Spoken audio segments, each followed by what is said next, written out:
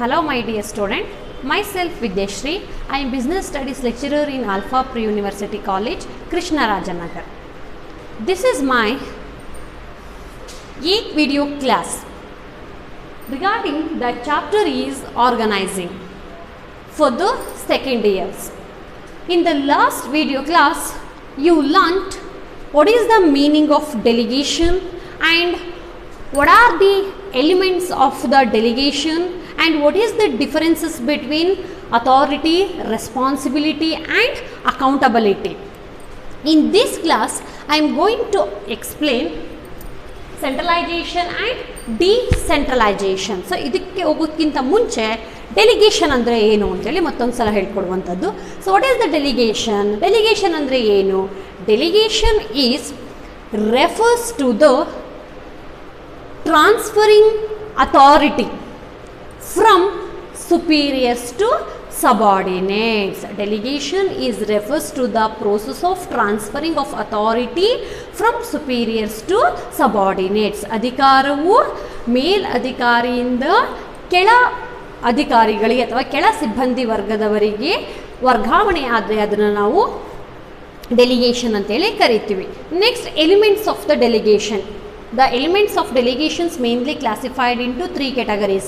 One is authority, responsibility and accountability. Authority andre enu? Authority means right to command, right to give orders, right to perform and right to uses of the resources. Authority always flows from the up downwards, from superiors to subordinates.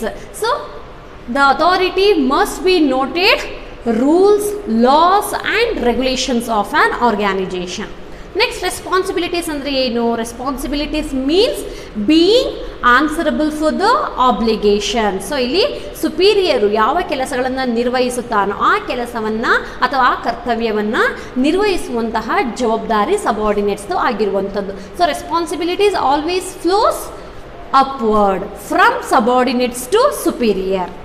Next, accountability ಅಂತ ಹೇಳಿದ್ರೆ accountability means being answerable for the final outcome. It is always flows from subordinates to superiors, upward communications. Next, what are the differences? Authority, accountability and responsibilities. Then importance of the delegations. It is done in the last video class. In this class, I am going to explain centralization and decentralization. So, I am already told you about the centralizations and decentralizations in the topic of Henry-Fayol principles. So, what is the centralization and what is the decentralization? Firstly, I am going to explain ಸೆಂಟ್ರಲೈಜೇಷನ್. ಏನು centralisations ಅಂತ ಹೇಳಿದ್ರೆ ಕೇಂದ್ರೀಕರಣವಾಗಿರುವಂಥದ್ದು. So centralisation means when decision making authority is retained by higher management levels. So ಯಾವಾಗ ನಿರ್ಧಾರಗಳನ್ನು ತೆಗೆದುಕೊಳ್ಳುವ ಅಧಿಕಾರವು ಮೇಲಧಿಕಾರಿಗಳಲ್ಲಿ ಕೇಂದ್ರೀಕೃತವಾಗಿರುತ್ತದೆಯೋ ಅಂತಹದನ್ನು ನಾವು ಸೆಂಟ್ರಲೈಜೇಷನ್ ಅಂತೇಳಿ ಕರಿತೀವಿ. ಇಲ್ಲಿ ನಿರ್ಧಾರವನ್ನು ತೆಗೆದುಕೊಳ್ಳುವಂಥ ಹಕ್ಕು ಇರೋದು ಕೇವಲ ಮೇಲಧಿಕಾರಿಗಳಲ್ಲಿ ಮಾತ್ರ ಕೇಂದ್ರೀಕೃತವಾಗಿರುವಂಥದ್ದು. ಇಲ್ಲಿ ಯಾವುದೇ ರೀತಿಯ ಕೆಳವರ್ಗದವರಿಗೆ ನಿರ್ಧಾರಗಳನ್ನು ತೆಗೆದುಕೊಳ್ಳುವಂಥ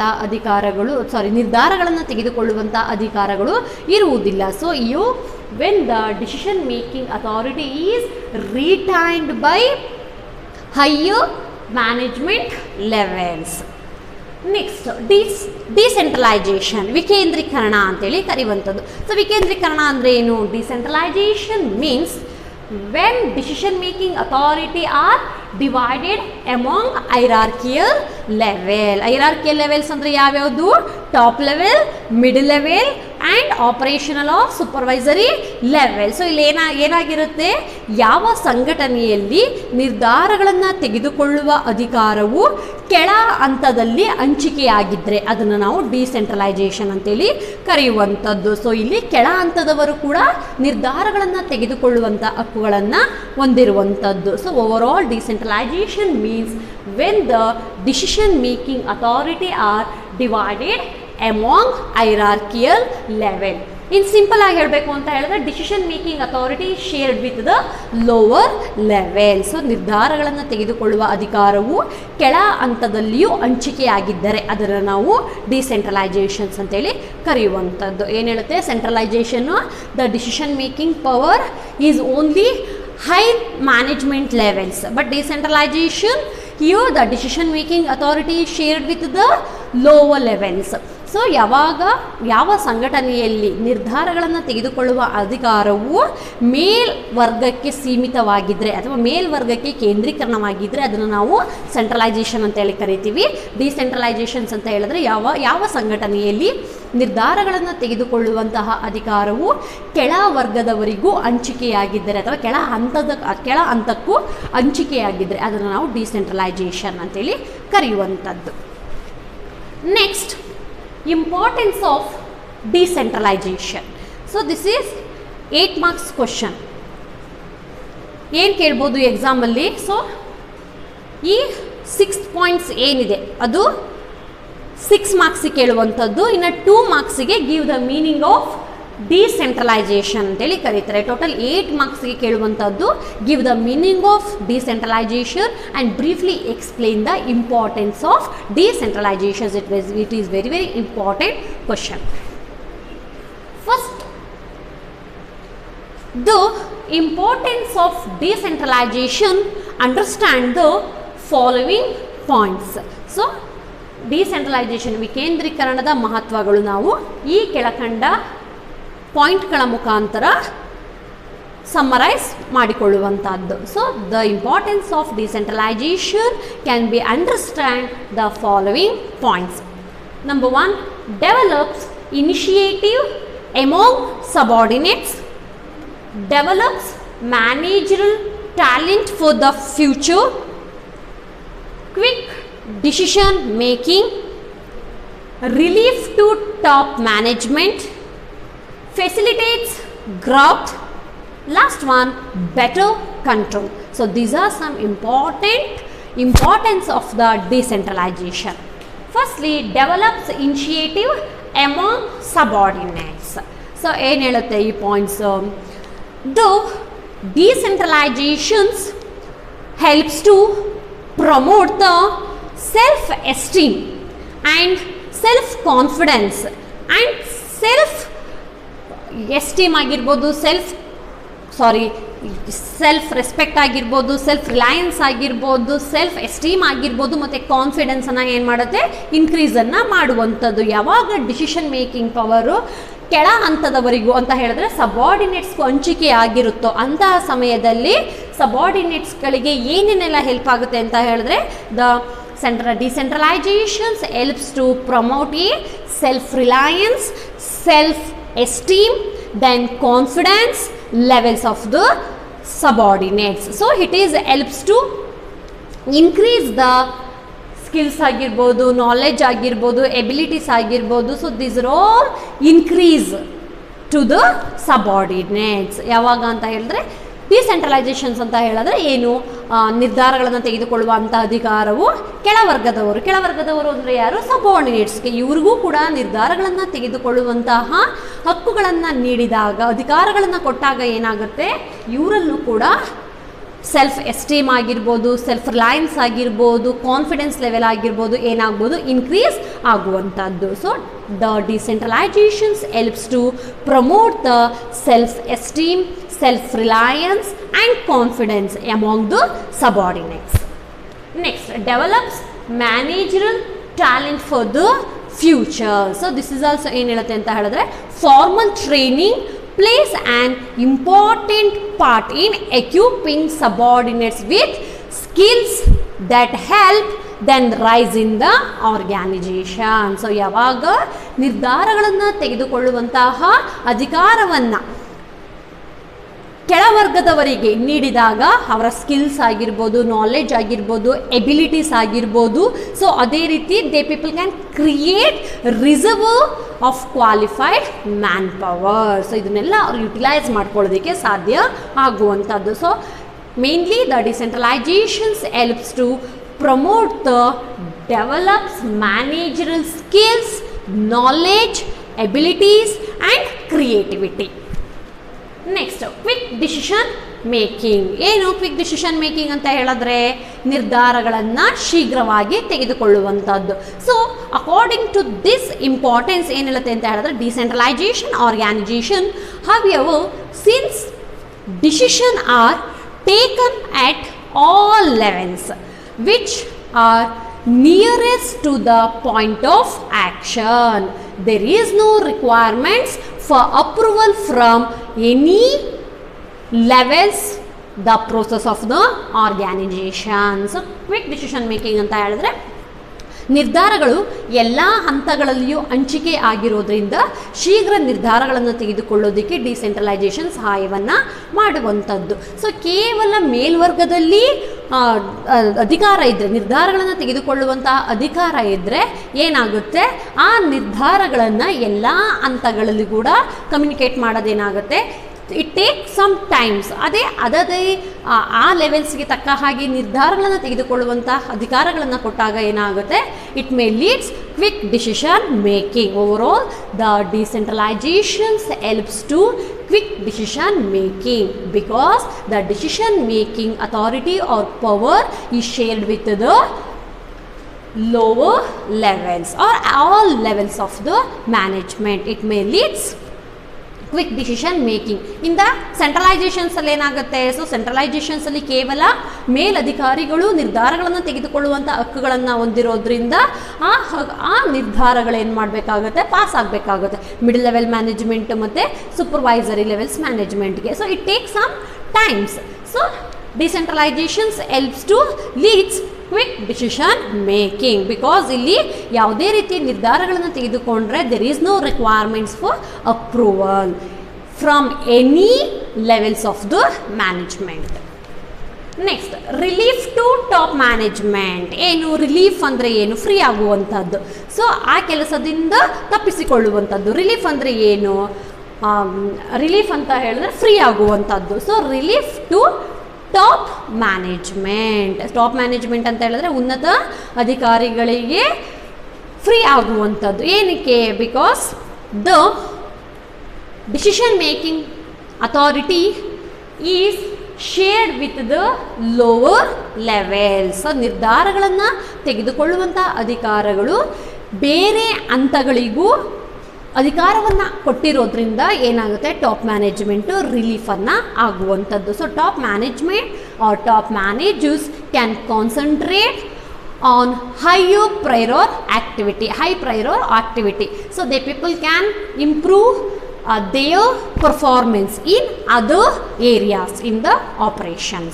So ನಿರ್ಧಾರಗಳನ್ನು ಕೆಳ ವರ್ಗದವರಿಗೂ ಕೂಡ ತೆಗೆದುಕೊಳ್ಳುವಂತಹ ಅಧಿಕಾರಗಳನ್ನು ಕೊಟ್ಟಿರೋದ್ರಿಂದ ಟಾಪ್ ಮ್ಯಾನೇಜ್ಮೆಂಟ್ ಏನಾಗ್ತಾರೆ, ರಿಲೀಫ್ ಆಗ್ತಾರೆ. ಸೊ ಅವರು ಕೇವಲ ನಿರ್ಧಾರಗಳನ್ನು ತೆಗೆದುಕೊಳ್ಳೋದಕ್ಕೆ ಸಮಯವನ್ನು ವ್ಯರ್ಥ ಮಾಡದೆ ಅವರು ಒಂದು ಸಂಸ್ಥೆಯಲ್ಲಿ ಬೇಕಾಗಿರುವಂಥ ಅಗತ್ಯವಿರುವ ಕೆಲಸ ಕಾರ್ಯಗಳ ಮೇಲೆ ಗಮನ ಹರಿಸಿದಾಗ the organization it is helps to achieve objectives of the organization. So decentralizations helps to effectively achievement goals of the organizations when the top managers concentrate on high priority activities and the people can expand areas in their operations. Next, facilitates growth. ಏನು facilitates growth ಅಂತ ಹೇಳಿದ್ರೆ ಅಭಿವೃದ್ಧಿ ಆಗೋದಕ್ಕೆ, ಒಂದು ವ್ಯವಹಾರ ಸಂಸ್ಥೆ ಅಭಿವೃದ್ಧಿ ಆಗೋದಕ್ಕೆ ಸಹಾಯವನ್ನು ಮಾಡುವಂಥದ್ದು. So the decentralisation awards greater autonomy to the lower levels of the management as well as divisional heads. So decentralization greatest awards to the greatest autonomy ಅಂತ ಹೇಳಿದ್ರೆ ಅವರಿಗೆ ಬೇಕಾಗಿರುವಂಥ ನಿರ್ಧಾರಗಳನ್ನು ಆ ಹಂತಗಳಲ್ಲಿಯೇ ತೆಗೆದುಕೊಳ್ಳುವಂಥದ್ದು. So decentralisation awards greater autonomy to the lower levels of management as well as divisional or departmental heads. So it helps to increase the productivity level and organizations is able to get more returns and which can be used for expansion of growth of the organization. So ಇಲ್ಲಿ ನಿರ್ಧಾರಗಳನ್ನು ತೆಗೆದುಕೊಳ್ಳುವಂತಹ ಅಧಿಕಾರವು ಕೆಳವರ್ಗದವರಿಗೂ ಹಂಚಿಕೆಯಾಗೋದ್ರಿಂದ ಏನಾಗುತ್ತೆ, ಒಂದು productivity, ಒಂದು ಸಂಸ್ಥೆಯ productivity level ಏನಿದೆ ಅದು ಕೂಡ ಇನ್ಕ್ರೀಸ್ ಆಗ್ಬೋದು. ಒಂದು ವ್ಯವಹಾರ ಸಂಸ್ಥೆಗೆ ಹೆಚ್ಚು ರಿಟರ್ನ್ಸ್ ಬರೋದಕ್ಕೂ ಕೂಡ ಸಹಾಯ ಮಾಡ್ಬೋದು ಮತ್ತು ವ್ಯವಹಾರ ಸಂಸ್ಥೆ ತನ್ನ ಗಾತ್ರವನ್ನು ವಿಸ್ತರಿಸೋದಕ್ಕೂ ಕೂಡ ಸಹಾಯವನ್ನು ಮಾಡುವಂಥದ್ದು. So decentralisation awards greater autonomy to the lower levels of the management as well as divisional or departmental heads. So decentralization helps to increase the productivity levels of the organizations, and organizations able to get more returns, and organizations used for expansions of growth. Next better control. ಏನು better control ಅಂತ ಹೇಳಿದ್ರೆ ಉತ್ತಮವಾಗಿ ನಿಯಂತ್ರಣ ಕಾರ್ಯವನ್ನು ನಿರ್ವಹಿಸುವಂಥದ್ದು. So ಇದೇನು ಹೇಳುತ್ತೆ, decentralisation make it possible evaluate performance of the individuals at each levels, and each department can be individually evaluated or accountable for their result. So ಒಂದು ಡಿಸೆಂಟ್ರಲೈಸೇಷನ್ಸ್ ಆಗೋದ್ರಿಂದ ಒಂದು ವ್ಯವಹಾರ ಸಂಸ್ಥೆಗೆ ಸಾಕಷ್ಟು ಅನುಕೂಲಗಳು ಇರುವಂಥದ್ದು. ಸೊ ಬೇಗ ನಿಯಂತ್ರಣ ಕಾರ್ಯವನ್ನು ಮಾಡುವಂಥದ್ದು. So decentralizations helps to it is easy to possible evaluate performance of the individual as well as departments can be individually accountable in their result. So it is helps to achievement of the goals. It is helps to effectively achievement goals of the organization. So ಒಂದು ವ್ಯವಹಾರ ಸಂಸ್ಥೆಯಲ್ಲಿ ಯಾವ ಸಂಘಟನೆಯಲ್ಲಿ ವಿಕೇಂದ್ರೀಕರಣ ಅಥವಾ ಡಿಸೆಂಟ್ರಲೈಸೇಷನ್ಸ್ನ ಅನುಸರಿಸುತ್ತದೆಯೋ ಆ ಸಂಸ್ಥೆಯು ತನ್ನ ಸಂಸ್ಥೆಯಲ್ಲಿ ಇರುವಂತಹ ವ್ಯಕ್ತಿಗಳನ್ನು ಇವ್ಯಾಲ್ಯುವೇಟ್ ಮಾಡೋದಕ್ಕೆ ಸಾಧ್ಯ ಆಗುವಂಥದ್ದು. ಸೊ ಆ ವ್ಯಕ್ತಿಗಳ ಪರ್ಫಾರ್ಮೆನ್ಸ್ ಯಾವ ರೀತಿ ಇದೆ ಅಂತೇಳಿ ಇವ್ಯಾಲ್ಯುವೇಟ್ ಮಾಡೋದಕ್ಕೆ ಸಹಾಯವನ್ನು ಮಾಡುವಂಥದ್ದು. ಸೊ ಅದೇ ರೀತಿ ಆ ಸಂಸ್ಥೆಯ ಉದ್ದೇಶಗಳನ್ನು ಕೂಡ ಸಾಧಿಸೋದಕ್ಕೆ ಡಿಸೆಂಟ್ರಲೈಸೇಷನ್ ಸಹಾಯವನ್ನು ಮಾಡುವಂಥದ್ದು. ಸೊ ಏನು ಹೇಳುತ್ತೆ, better control the decentralizations helps to make it possible evaluate performance of the all levels of the management or all departments or all divisions in individuals accountable for their results. So overall decentralization helps to achieve goals of the organization. So these are some importance of the decentralization. So first point ಏನು ಹೇಳುತ್ತೆ, develops initiative among subordinates. So decentralization helps to promote the self-esteem, self-reliance and confidence among the subordinates. It develops managerial talent for the futures. The formal training plays an important role in equipment subordinates with skills that helps them rise in the organization. So the decentralization helps to increase the managerial skills, knowledge, abilities and creativity of the subordinates. Quick decision making. Here the decision making authority is shared with among hierarchical levels or all levels of the management or with lower levels. So it may leads quick decision making. So ಇಲ್ಲಿ ನಿರ್ಧಾರಗಳನ್ನು ತೆಗೆದುಕೊಳ್ಳುವಂಥ ಅಧಿಕಾರಗಳನ್ನು ಕೆಳ ಹಂತದವರಿಗೂ ನೀಡೋದ್ರಿಂದ ಏನಾಗುತ್ತೆ, ಶೀಘ್ರ ನಿರ್ಧಾರಗಳನ್ನು ತೆಗೆದುಕೊಳ್ಳೋದಕ್ಕೆ ಸಾಧ್ಯ ಆಗುವಂಥದ್ದು. So the decentralizations organizations however since decisions are taken at levels which are nearest to point of the action. So here there is no requirements for approval from any levels, the process in much faster. Next, relief to top management. When the decision making authority is shared with the lower levels, in that time the top managers are relief in their work. So in that time the managers can concentrate on high priority activities and the people can expand his area of operations. Next, facilitates growth. The decentralization awards greatest autonomy to the lower levels of the management as well as divisional or departmental heads. So decentralization helps to increase the productivity levels of the organizations, and organizations able to get more returns, and it is helps to expansions of the growth of the organization. Next, better control. So decentralizations helps to make it possible evaluate performance at each levels of the management and each department or each divisionals. So individually accountable for their results. So it is helps to the organizations achievement of the goals of the organizations, ಗುರಿಗಳನ್ನು ಉದ್ದೇಶಗಳನ್ನು ಸಾಧಿಸೋದಕ್ಕೆ ಸಹಾಯವನ್ನು ಮಾಡುವಂಥದ್ದು. The last topic in this chapter, what is the differences between delegation and decentralization? So ಪ್ರತಿನಿಯೋಜನೆಗೂ ಮತ್ತು ವಿಕೇಂದ್ರೀಕರಣಕ್ಕೂ ಇರುವಂತಹ ವ್ಯತ್ಯಾಸಗಳು. Firstly I am telling meaning of delegation and meaning of the decentralization. So delegation ಅಂದರೆ ಏನು? Delegation is the process of transfer of authority from superiors to subordinates. ಅಧಿಕಾರವು ಮೇಲಧಿಕಾರಿಯಿಂದ ಅಧೀನ ಸಿಬ್ಬಂದಿಗೆ ವರ್ಗಾವಣೆಯಾದರೆ ಅದನ್ನು ನಾವು ಡೆಲಿಗೇಷನ್ ಅಂತೇಳಿ ಕರಿತೀವಿ. ಸೊ ಡಿಸೆಂಟ್ರಲೈಜೇಷನ್ಸ್ ಅಂದರೆ ಏನು? Win the decision making power or when the decision making authority is shared with the lower levels. ಯಾವ ಸಂಘಟನೆಯಲ್ಲಿ ನಿರ್ಧಾರಗಳನ್ನು ತೆಗೆದುಕೊಳ್ಳುವಂತಹ ಅಧಿಕಾರವು ಕೆಳವರ್ಗದಕ್ಕೆ ಹಂಚಿಕೆಯಾಗಿದ್ದರೆ ಅದನ್ನು ನಾವು ಡಿಸೆಂಟ್ರಲೈಜೇಷನ್ ಅಥವಾ ವಿಕೇಂದ್ರೀಕರಣ ಅಂತೇಳಿ ಕರೆಯುವಂಥದ್ದು. So these are some points summarize what are the differences between delegation and decentralization. First basis is nature ಅಂದರೆ ಏನು? ಸ್ವಭಾವ. ಸೊ ಡಿಸೆಂಟ್ರಲೈಜೇಷನ್ಸ್ನ ಸ್ವಭಾವ ಏನು? What is the nature of delegation and what is the nature of decentralizations? The nature of delegation, it is a compulsory.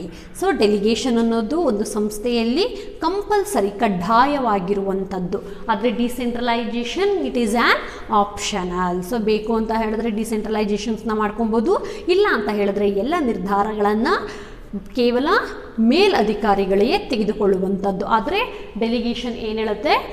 Authority ಅನ್ನೋದು ಎಲ್ಲ ಕೆಳ ಸಿಬ್ಬಂದಿಗಳಿಗೂ ವರ್ಗಾವಣೆ ಆಗಬೇಕು ಅಂತೇಳಿ ಹೇಳುವಂಥದ್ದು. So nature of the delegation is compulsory, nature of the decentralization is an optional. Next, freedom of action. So freedom of action ಅಂತ ಹೇಳಿದ್ರೆ ಸ್ವತಂತ್ರ ಕ್ರಿಯೆ ಅಂತೇಳಿ ಕರೆಯುವಂಥದ್ದು.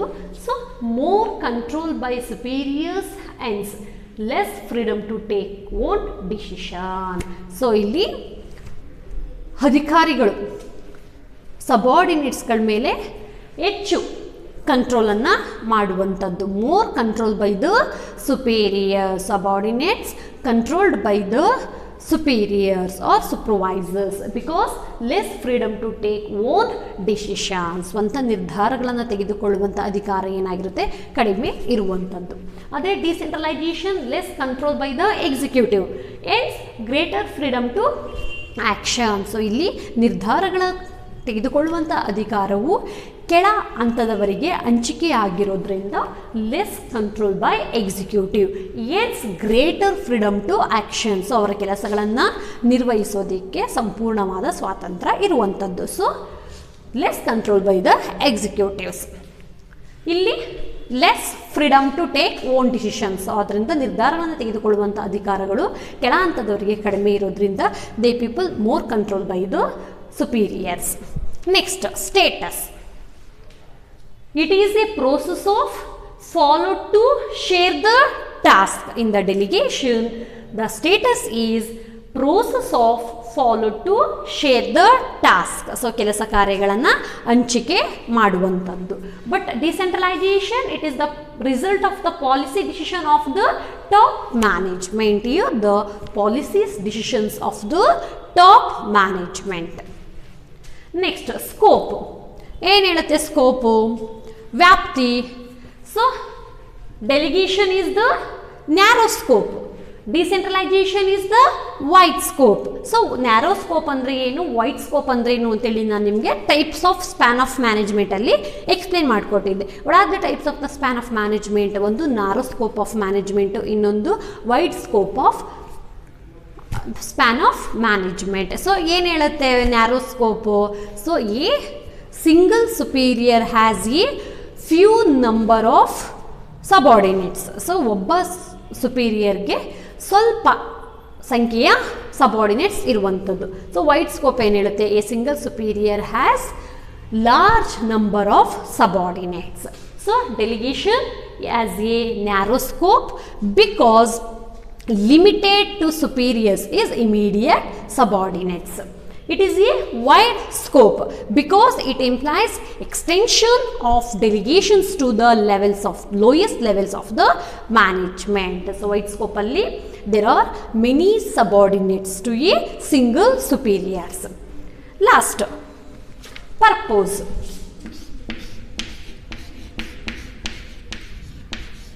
ಉದ್ದೇಶ. ಸೊ ಡೆಲಿಗೇಷನ್ಸ್ನ ಉದ್ದೇಶ ಏನು, ಡಿಸೆಂಟ್ರಲೈಸೇಷನ್ಸ್ನ ಉದ್ದೇಶ ಏನು? So the purpose of delegation is lessen burden of the ಮ್ಯಾನೇಜರ್ಸ್ನ ಬರ್ಡನ್, ಹೊರೆಯನ್ನು ಕಡಿಮೆ ಮಾಡುವುದು ಡೆಲಿಗೇಷನ್ಸ್ನ ಮುಖ್ಯ ಉದ್ದೇಶ. ಸೊ ಡಿಸೆಂಟ್ರಲೈಸೇಷನ್ಸ್ನ ಮುಖ್ಯ ಉದ್ದೇಶ ಏನು? To increase the role of the subordinates in the organization by giving them more autonomy. So subordinates ಅಂತ ಹೇಳಿದ್ರೆ ನೌಕರರ ಪಾತ್ರವನ್ನು ಇನ್ಕ್ರೀಸ್ ಮಾಡುವಂಥದ್ದು. ಸೊ ಒಂದು ವ್ಯವಹಾರ ಸಂಸ್ಥೆಯಲ್ಲಿ ನೌಕರರ ಪಾತ್ರ ಏನಿದೆ ಆ ಪಾತ್ರಗಳನ್ನು ಇನ್ಕ್ರೀಸ್ ಮಾಡುವಂಥದ್ದು. To increase the role of the subordinates in the organization by giving them more autonomy. ಸ್ವತಂತ್ರವನ್ನು ಕೊಟ್ಟು ಅವರಿಗೆ ಅಂತ ಹೇಳಿದ್ರೆ ನಿರ್ಧಾರಗಳನ್ನು ತೆಗೆದುಕೊಳ್ಳುವ ಹಕ್ಕುಗಳನ್ನು ಕೊಟ್ಟು ಅವರ ಪಾತ್ರ ಏನಿದೆ, ನೌಕರರ ಪಾತ್ರ ಏನಿದೆ ಆ ನೌಕರರ ಪಾತ್ರವನ್ನು ಇನ್ಕ್ರೀಸ್ ಮಾಡುವಂಥದ್ದು ಡಿಸೆಂಟ್ರಲೈಸೇಷನ್ಸ್ನ ಮುಖ್ಯ ಉದ್ದೇಶ. ಸೊ ಡೆಲಿಗೇಷನ್ಸ್ನ ಮುಖ್ಯ ಉದ್ದೇಶ to lesser burden of the managers, ನಿರ್ವಾಹಕರ ಹೊರೆಯನ್ನು ಕಡಿಮೆ ಮಾಡುವಂಥದ್ದು. So these are some important differences between the delegation and decentralizations. First one ಏನು ಹೇಳುತ್ತೆ? Nature. Delegation is a compulsory, decentralization is a optional.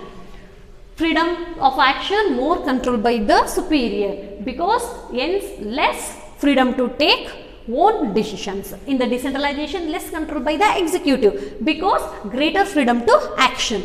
Next status, it is a process of followed to share the task. It is the result of the policy decision of the top management. In the scope, it has a narrow scope because a single superior has a few number of subordinates. In the decentralization, it is a wide scope because a single superior has a large number of subordinates, or it implies extension of delegations to the lowest levels of the management. Next purpose, ಮುಖ್ಯ ಉದ್ದೇಶ, ಡೆಲಿಗೇಷನ್ಸ್ನ ಮುಖ್ಯ ಉದ್ದೇಶ to lessen burden of the managers. ಡಿಸೆಂಟ್ರಲೈಸೇಷನ್ಸ್ನ ಮುಖ್ಯ ಉದ್ದೇಶ to increase the role of the subordinates in the organization by giving them more autonomy. So ಇಲ್ಲಿಗೆ organizing chapter ಮುಕ್ತಾಯಗೊಳ್ಳುತ್ತೆ. ಇನ್ನು ನೆಕ್ಸ್ಟ್ ಚಾಪ್ಟರ್ ಬಂದು ಸ್ಟಾಫಿಂಗ್, ಅದನ್ನು ನಾನು ನಿಮಗೆ ನೆಕ್ಸ್ಟ್ ಕ್ಲಾಸಲ್ಲಿ ಅಪ್ಲೋಡ್ ಮಾಡುವಂಥದ್ದು. So in this class you learned about centralization and decentralization and what are the importance of the decentralization and what is the differences between delegation and decentralizations. So thank you.